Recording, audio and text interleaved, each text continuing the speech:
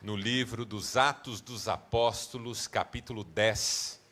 Nós leremos do primeiro verso ao verso 20.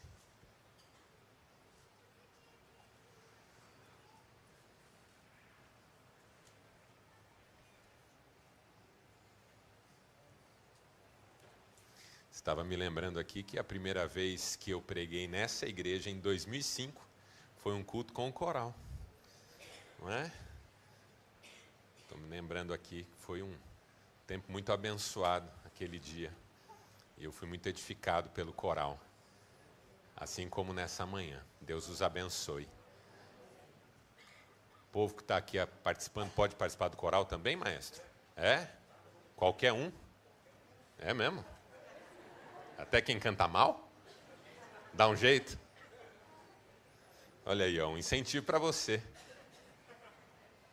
Cantando bem ou mal, se você gosta de cantar, fale com o maestro ao final do culto. Quem sabe você participa e ainda aprende. Porque também tem aula, tem técnica, tudo que você precisa para louvar a Deus e servi-lo nesse ministério. Atos capítulo 10, primeiro verso, diz assim: Havia em Cesareia um homem chamado Cornélio, centurião do regimento conhecido como italiano. Ele e toda a sua família eram religiosos e tementes a Deus, dava muitas esmolas ao povo e orava continuamente. Certo dia, por volta das 3 da tarde, ele teve uma visão. Viu claramente um anjo de Deus que se aproximava dele e dizia: Cornélio. Atemorizado, Cornélio olhou para ele e perguntou: Que é, Senhor? O anjo respondeu: Suas orações e esmolas subiram como oferta memorial diante de Deus. Agora mande alguns homens a Jope para trazerem um certo Simão, também conhecido como Pedro, que está hospedado na casa de Simão, o curtidor de couro, que fica perto do mar. Depois que o anjo que lhe falou se foi, Cornélio chamou 2 dos seus servos e um soldado religioso dentre os seus auxiliares e, contando-lhes tudo o que tinha acontecido, enviou-os a Jope. No dia seguinte, por volta do meio-dia, enquanto eles viajavam e se aproximavam da cidade, Pedro subiu ao terraço para orar. Tendo fome, queria comer, e enquanto a refeição estava sendo preparada, caiu em êxtase. Viu o céu aberto e algo semelhante a um grande lençol que descia à terra, preso pelas 4 pontas, contendo toda a espécie de quadrúpedes, bem como de répteis da terra e aves do céu. Então uma voz lhe disse: Levante-se, Pedro, mate e coma.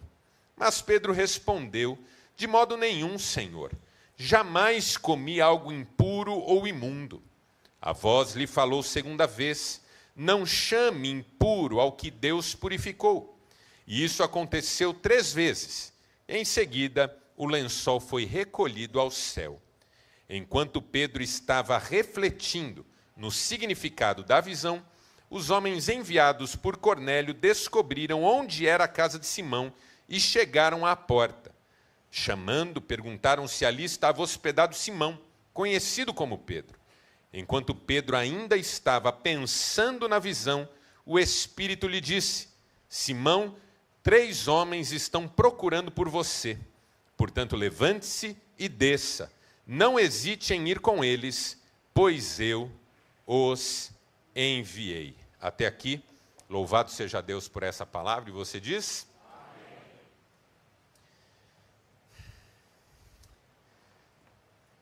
3 modos da nossa experiência com o tempo. Na nossa existência temporal, nós desfrutamos, nós nos apropriamos dessa cronologia da vida de 3 modos diferentes. Ao primeiro modo, nós denominamos momentos. Momentos tratam da experiência corriqueira com o tempo. Da experiência que marca a vida, mas que não marca a memória. Um momento em que a gente come, um momento em que a gente descansa, um momento em que a gente conversa, uma conversa que depois nós nem vamos lembrar que tivemos. A vida é feita de momentos. E o grosso da sua vida, em termos de momentos, você já esqueceu. Não são coisas nas quais você pensa hoje. Momentos. Um momento assistindo um programa na TV, um momento que pode ser inclusive esse aqui, em que você canta, em que você ouve, em que você se relaciona com pessoas que você conhece. A vida é feita de momentos. Mas há um segundo modo de experiência temporal que supera o momento. É o que nós chamamos acontecimentos. Um acontecimento é um momento qualificado. É um momento marcante. É o momento que a gente registra. É o momento que faz sentido. O momento especial não é mais só um momento, é um acontecimento. Como, por exemplo, o dia em que eu vi aquela que seria a minha mulher pela primeira vez. Nunca mais me esqueci. Um acontecimento quando eu fui olhar a lista de aprovados no vestibular e o meu nome estava lá. Um acontecimento quando comecei no meu primeiro emprego. Um acontecimento quando fui pela primeira vez viajar a um destino desejado, paradisíaco, distante, que eu só vislumbrava nos meus sonhos mais íntimos. Acontecimentos. A vida também é feita de acontecimentos. De experiências maravilhosas, que nos fazem sentir vivos, gratos. Um acontecimento é alguma coisa indelével, que a gente vai levar para sempre. Mas há um terceiro modo de experiência temporal que supera um acontecimento. E é o que eu vou chamar aqui nessa manhã de evento. Por que eu escolhi essa palavra? Por causa de um livro escrito por um filósofo francês chamado Alain Badiou. O nome do livro é O Ser e o Evento.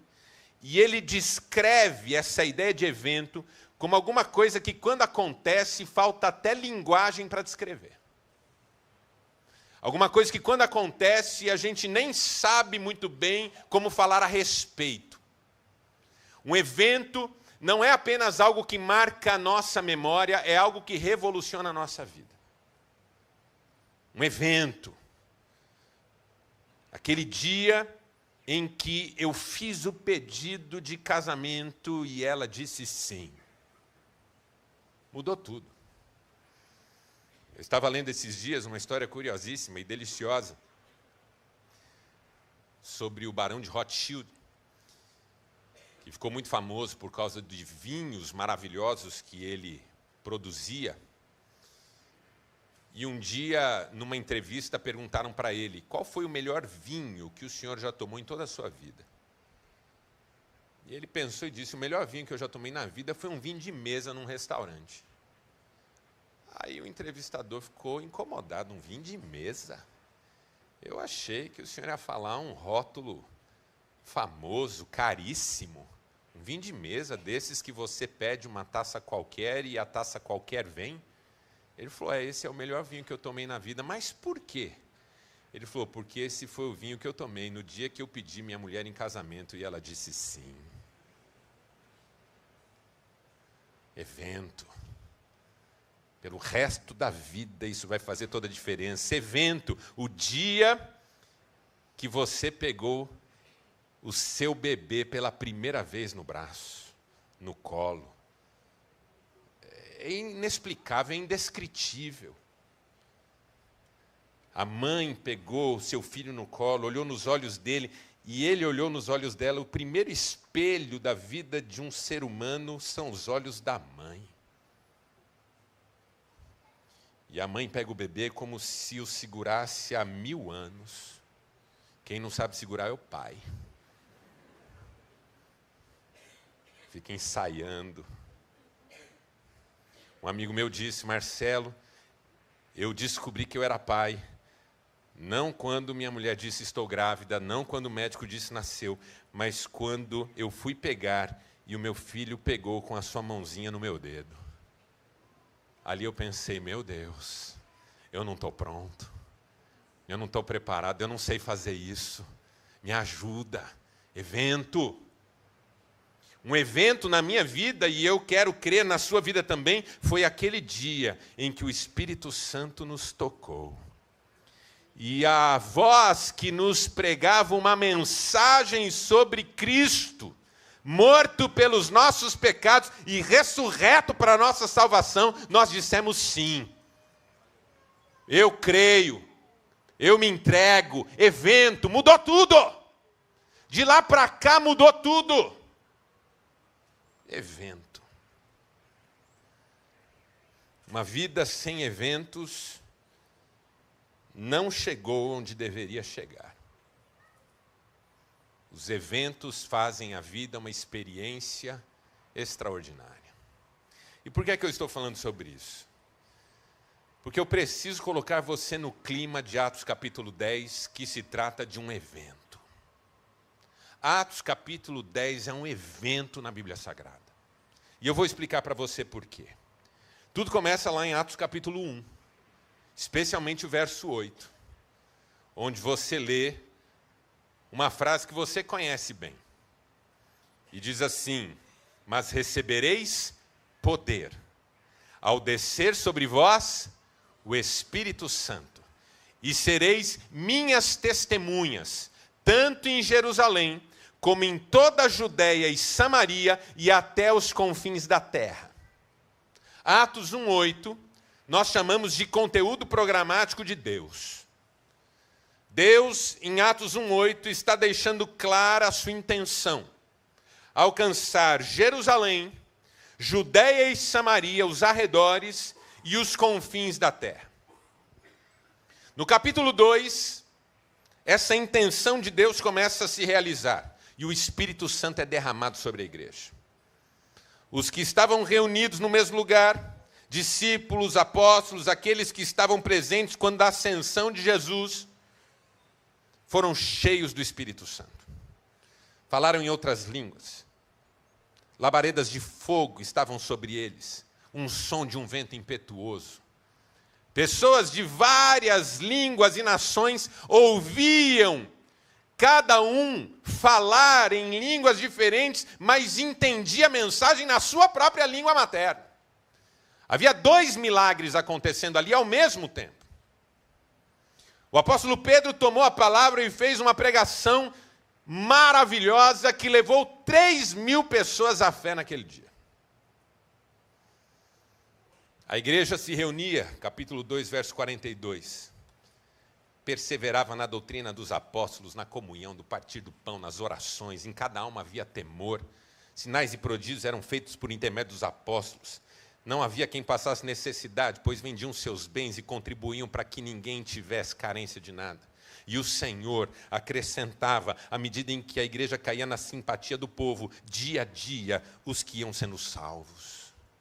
Começa o maior movimento da história da humanidade, a igreja de Jesus. Capítulo 3, Pedro e João estão indo para o templo orar. Há um paralítico na porta do templo, pedindo esmolas. Pedro toma na sua mão e diz: eu não tenho ouro, nem prata, mas o que eu tenho isso te dou. Em nome de Jesus o Nazareno, levanta-te e anda. E o sujeito saiu andando, pulando, celebrando a vida.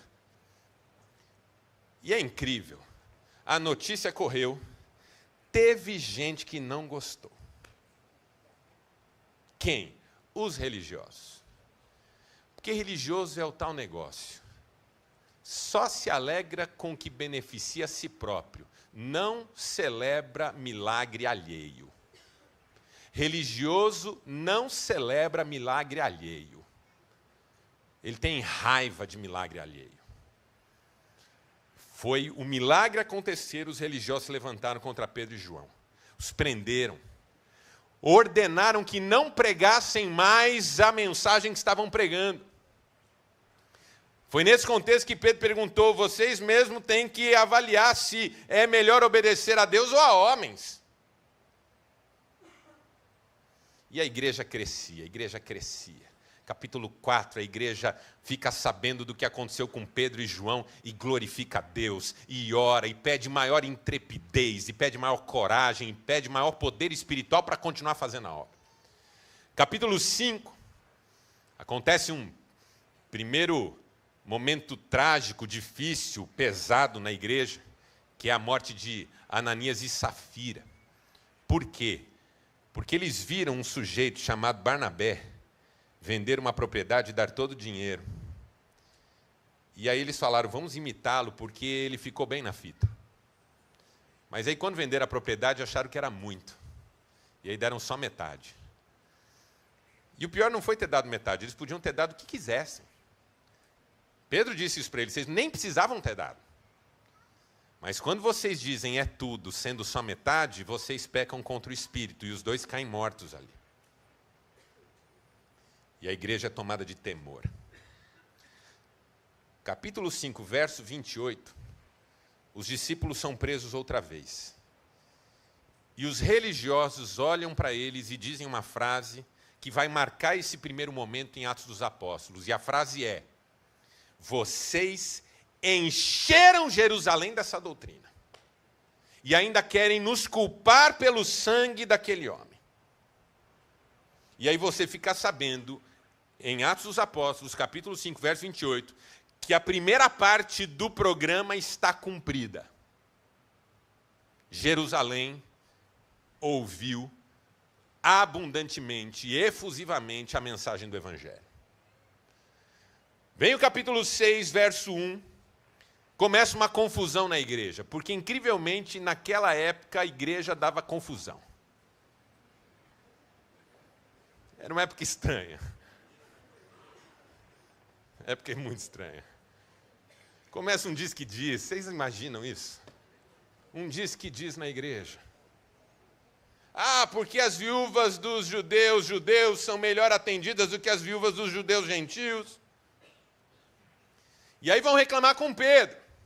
Pedro, você tem que fazer alguma coisa. E Pedro, cheio do Espírito Santo, diz: eu não vou fazer nada. Não é justo eu sair do foco da palavra, da pregação da palavra, e ir atender essas questões. Escolham entre vocês pessoas cheias do Espírito Santo também, sábias, tementes a Deus, que possam fazer esse trabalho. E aí a igreja elege os primeiros 7 diáconos da história. Esse povo cheio do Espírito Santo e bom de serviço, que é dedicado, e que sabe que o trabalho que faz libera os pregadores a pregarem com cada vez maior intrepidez. E dentre esses 7 que são eleitos, tem 2 que são maravilhosos. Um homem chamado Estevão e um homem chamado Filipe.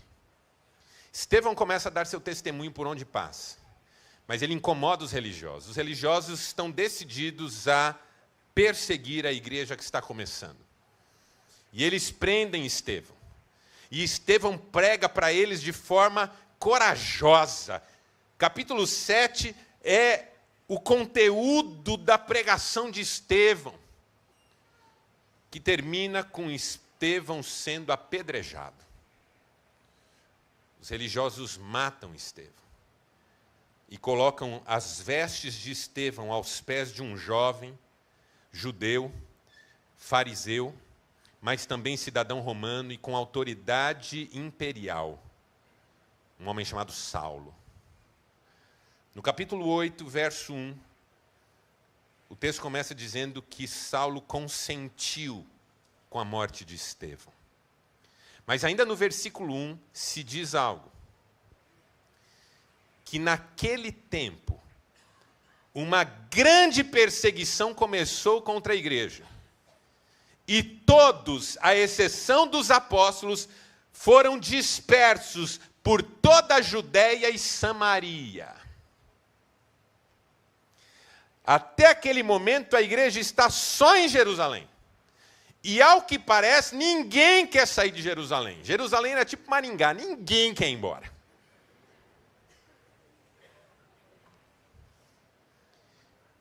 E aí, vem a perseguição e o povo dá aquela esparramada. Deixa eu dizer algo para você. Atos 1:8 diz: sereis minhas testemunhas, tanto em Jerusalém como toda a Judéia e Samaria. Atos 8:1 diz: a perseguição espalhou todos pela Judéia e por Samaria. Se eu e você não entendemos Atos 1:8, Deus vai mandar Atos 8:1. Percebeu?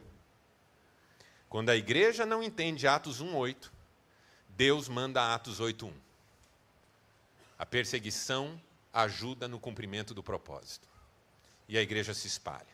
E aí Filipe se torna um pregador do evangelho extraordinário. Ele prega em Samaria. Ele prega nas regiões circunvizinhas. Ele prega para um etíope que está de passagem. E que é depois o responsável pelo evangelho chegar à África. É um movimento extraordinário. E agora o evangelho está em Jerusalém, Judéia e Samaria. Mas falta os confins da terra. Só que a perseguição está terrível. E Saulo está detonando. Capítulo 9 começa dizendo: Saulo respirava ameaças contra a igreja. Ele conseguiu cartas para ir de cidade em cidade, para prender os cristãos, torturá-los e às vezes até matá-los.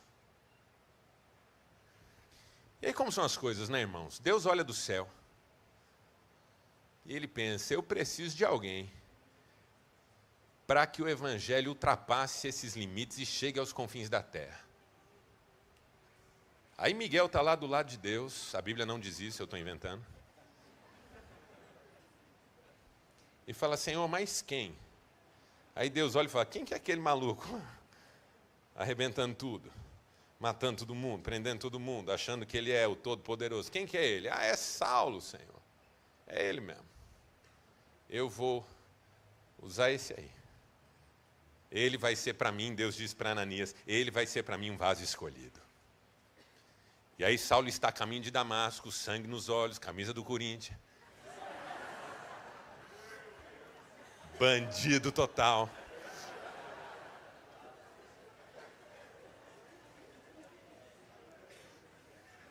E um clarão vem encontrar ele, ele cega na hora, uma voz do céu: Saulo, Saulo, por que me persegues?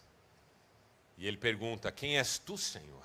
E a voz responde: eu sou Jesus, a quem tu persegues. Entra na cidade, procura um homem chamado Ananias, ele te dirá o que fazer. E ali Saulo se converte a Jesus, é cheio do Espírito Santo. E ali nasce o apóstolo aos gentios, que na sequência de Atos começará a ser chamado Paulo, o pregador dos gentios. Só que Deus ter chamado Saulo ali em Atos 9, não resolve o problema de que a igreja ainda não está afim de sair de Jerusalém e só está na Judéia e Samaria por causa da perseguição. A igreja ainda é refratária, é cheia de judeus que não aceitam que os gentios possam ser salvos. É cheio de gente que cresceu num contexto religioso que não consegue nem imaginar um povo diferente da gente sendo alcançado pelo evangelho. Então a igreja ainda é dura, tem dura cerviz, apesar de tudo que Deus está fazendo. E aí Deus tem outra ideia. Ele faz Pedro descer a Jope para pregar o evangelho, e Pedro fica hospedado na casa de Simão o curtidor. No mundo romano, italiano, há um centurião chamado Cornélio. E diz o texto que ele é temente a Deus, faz orações e dá esmolas. E um dia ele está apresentando a sua oferta ao Senhor e um anjo lhe aparece. E o anjo que aparece para Cornélio diz: Cornélio, as tuas orações foram ouvidas, Deus tem planos para você. Só que manda, coisa curiosa isso, manda chamar Simão, também chamado Pedro, que está na casa de Simão, o curtidor, para ele vir te dizer o que você tem que saber. Por que isso é curioso? Porque o anjo já estava lá, irmãos. Custa já falar tudo?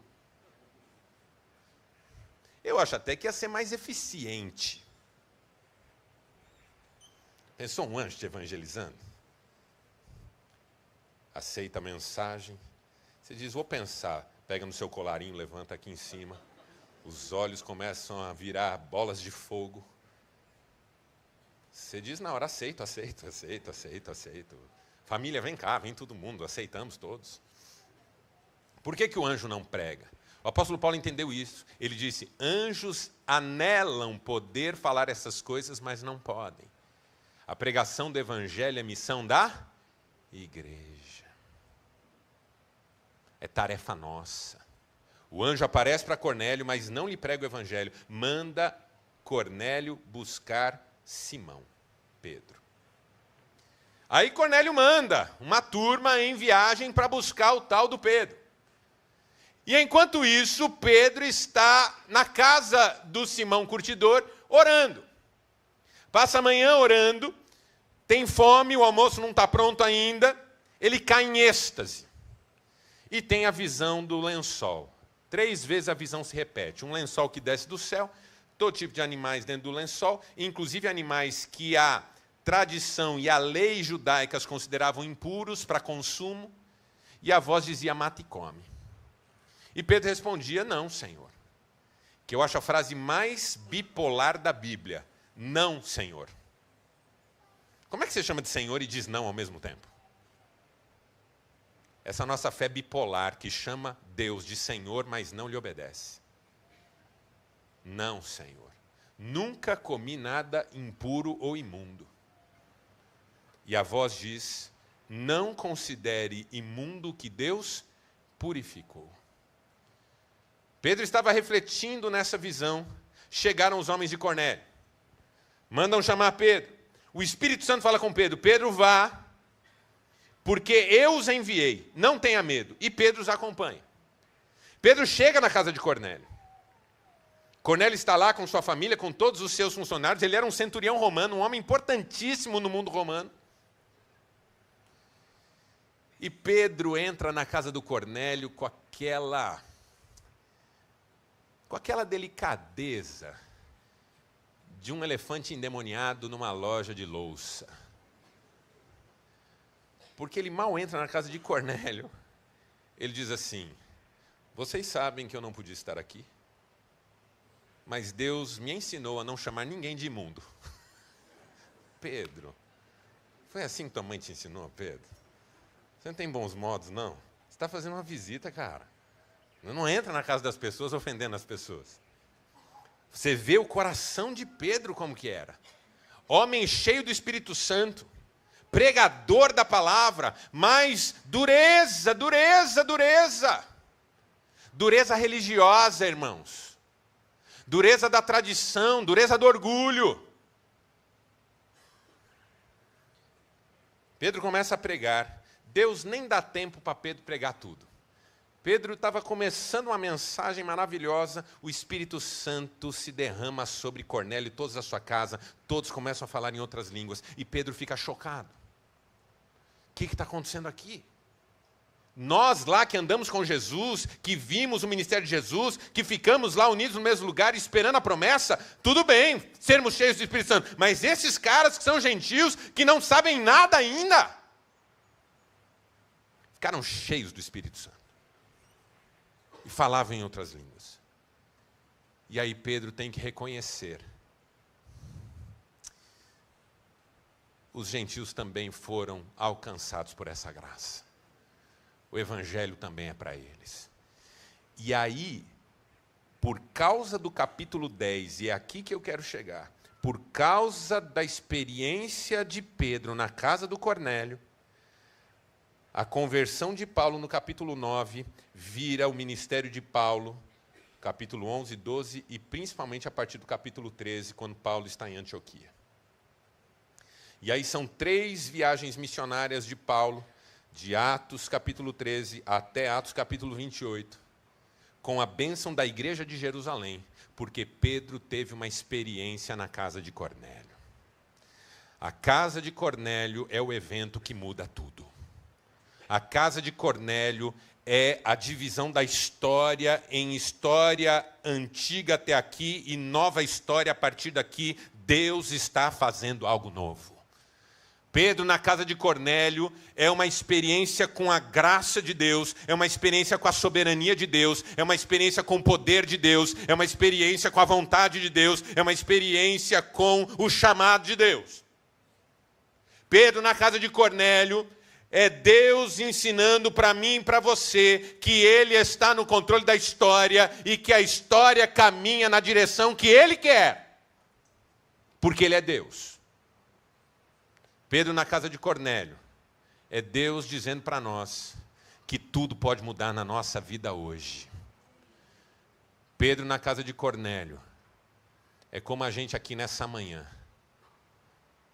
Deus pode realizar um evento entre nós. E nós saímos daqui hoje completamente mudados para a glória dEle. A sua vida revolucionada. Pedro, na casa de Cornélio, é a certeza de que tudo pode ser revolucionado pelo agir de Deus. Quem diz amém para isso? Agora, como é que Pedro vai parar na casa de Cornélio? 3 passos que me parecem essenciais. Primeiro, oração. Diga oração. Oração. A experiência que culmina na casa de Cornélio começa na casa de Simão Curtidor em oração. Nada significativo na nossa vida vai acontecer sem oração, irmãos. Nada. E M. Bounds escreveu: muita oração, muito poder, pouca oração, pouco poder, nenhuma oração, nenhum poder. Patrick Johnston escreveu que quando o homem trabalha, quando o homem ora, Deus trabalha. A oração é o começo das grandes histórias. Os maiores avivamentos da história da igreja começaram com um grupo em oração. Os maiores milagres que eu recebi na minha vida pessoal foram resposta de oração. Deus é minha testemunha que eu tenho milagres na minha vida, que foram fruto de orações pontuais, milagres na minha vida que foram fruto de jejum e oração, e milagres na minha vida que só aconteceram depois de 20 anos de oração. Eu já orei pelo mesmo motivo, pela mesma razão, 20 anos até que Deus fizesse o milagre. Mas eu digo para você com toda a tranquilidade do mundo, que o nosso Deus responde orações. Deus é Deus que ouve e atende orações. O apóstolo João, na sua primeira carta, escreveu, capítulo 5, esta é a confiança que temos para com Ele, que se pedimos alguma coisa, segundo a sua vontade, Ele nos ouve. E se sabemos que nos ouve, estamos certos de que obtemos os pedidos que lhe temos feito. O que é que pode ser de uma igreja que não ora? O que pode ser de uma vida que não ora?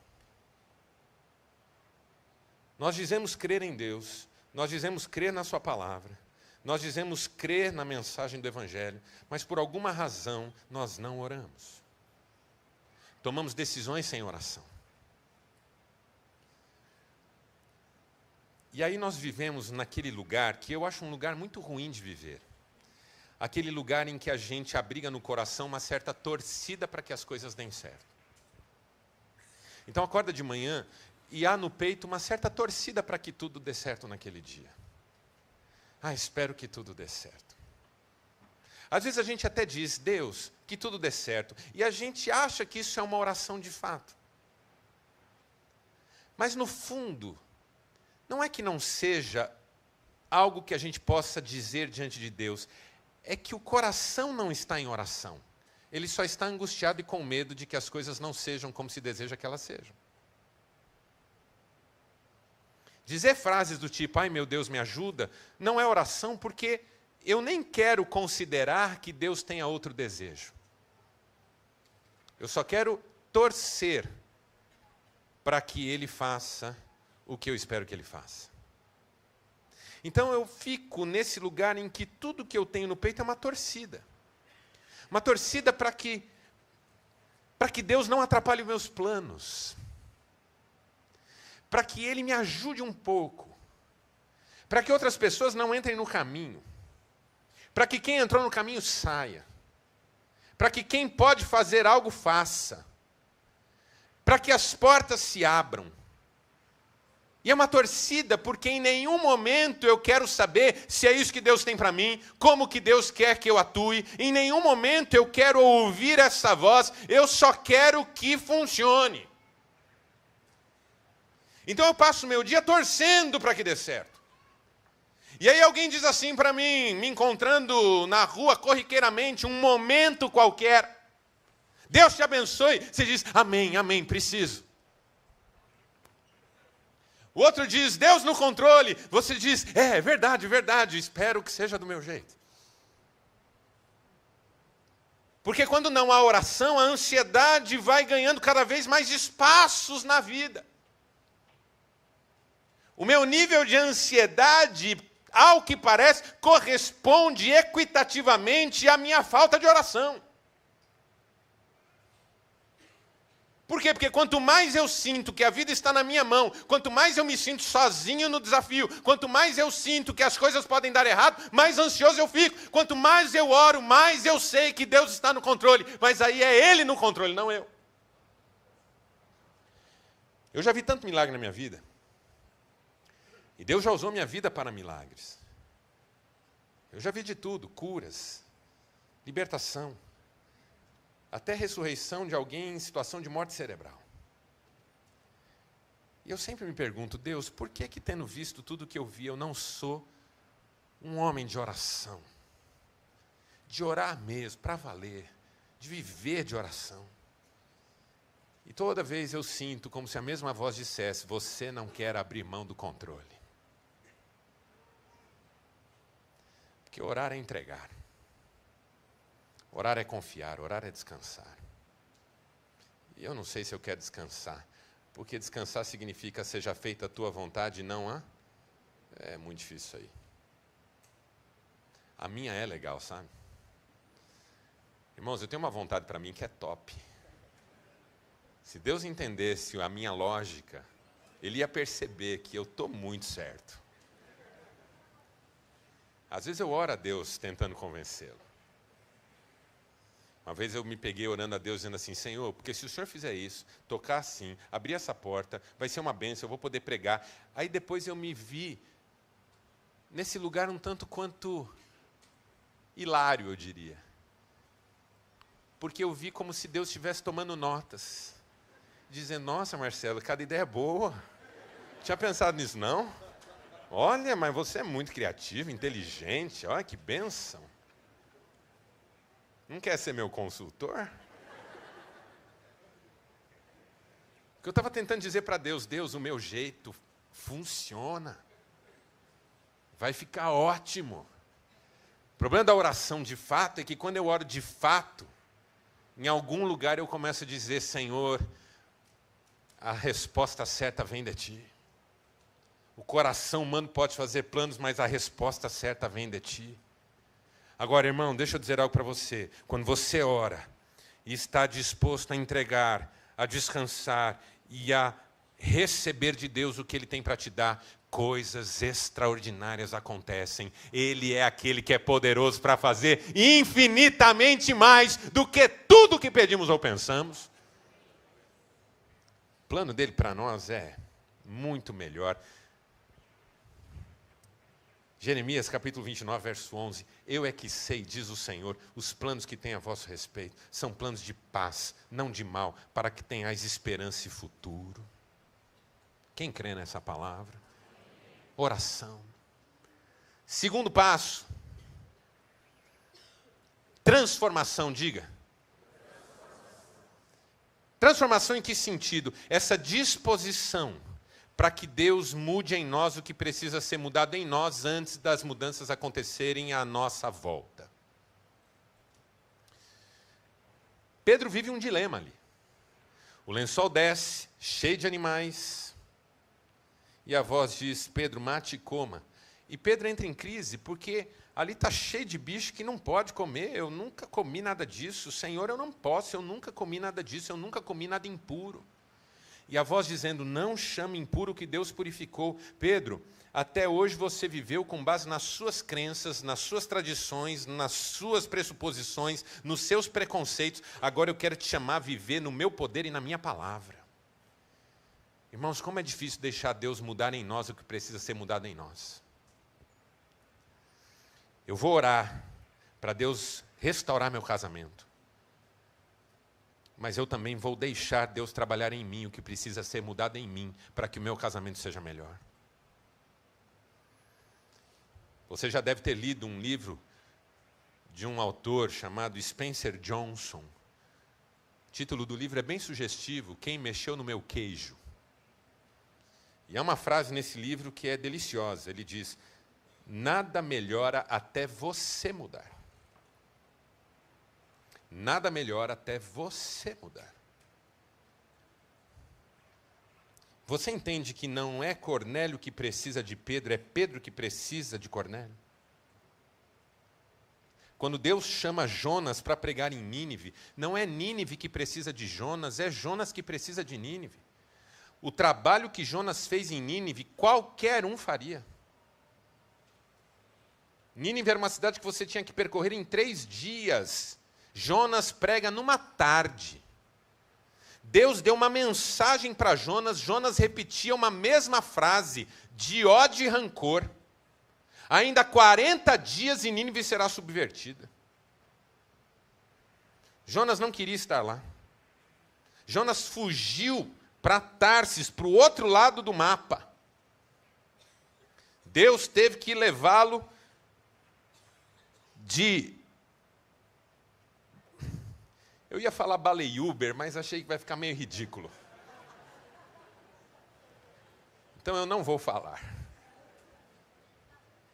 Deus teve que levá-lo na marra para Nínive. Jonas chega em Nínive vomitado, sujo, fedorento, e sai pregando. 40 dias vocês vão morrer tudo. Como é que uma obra dessa pode dar fruto, irmão? Um sujeito sem vontade, fazendo um trabalho porco, com ódio no coração, uma frase que nem sentido faz. E diz a Bíblia que Nínive se converte. Não, é incrível Deus. Deus é incrível. Ele vai tocando, ele vai tocando. Alguém ouve lá o Jonas falando e fala, esse cara deve estar certo, esse cara aí, fedendo peixe. Aí ele fala para o amigo, falou, chegou um cara aqui fedendo peixe, ele falou isso. O amigo fala, ele deve estar certo. Vai falar para um outro, fala, rapaz, chegou um homem aqui vendendo peixe, e ele deve estar certo. Aí o outro fala, é verdade. Vai falar para o outro, fala, chegou um homem aqui, trazido por um peixe. Aí chega no rei. Rei, tinha um homem aqui, metade homem, metade peixe. Telefone sem fio. Será que os jovens entendem o que é telefone sem fio? Enfim. Nínive se converte, Jonas fica muito bravo, mas muito bravo.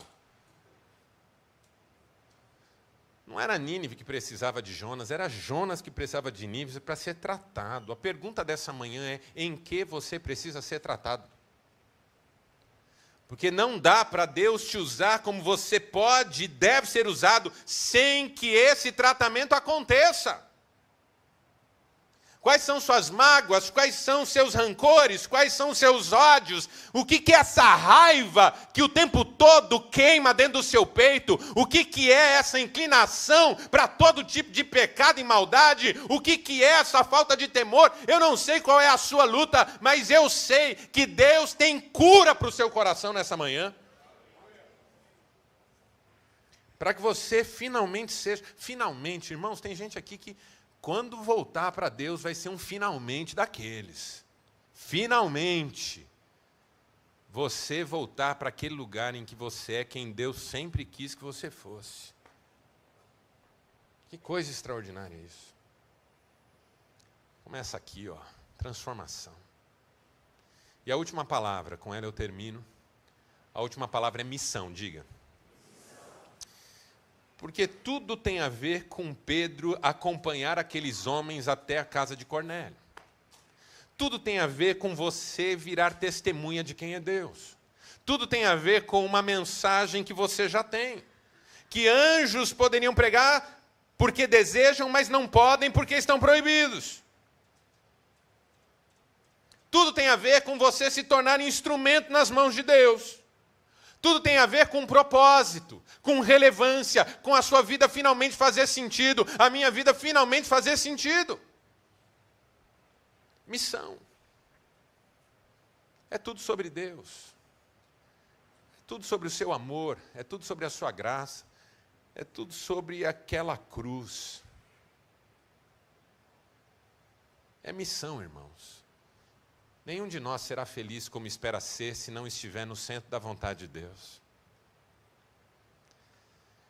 Nenhum de nós terá um vazio que dói, preenchido, se não for se rendendo ao chamado de Deus. Jeremias foi um homem extraordinário. Ele foi chamado para pregar, mas ele não queria pregar. E ele diz: persuadiste-me, Senhor, e persuadido fiquei. Foste mais forte do que eu e prevaleceste.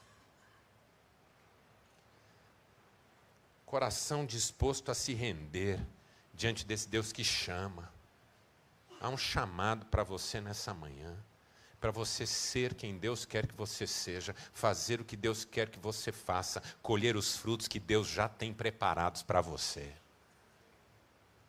Até o dia derradeiro em que a trombeta vai soar, e aí nós seremos tal como Ele é. Tem trabalho a fazer até lá, irmãos? E hoje pode ser o dia que muda tudo. Você decide se hoje vai ser só um momento, daqueles que a gente esquece rapidinho, hoje à tarde já, se vai ser um acontecimento, daqueles que você diz: poxa, lembra aquele culto, que bênção que foi, que coisa maravilhosa, que mensagem, que coral, que músicas.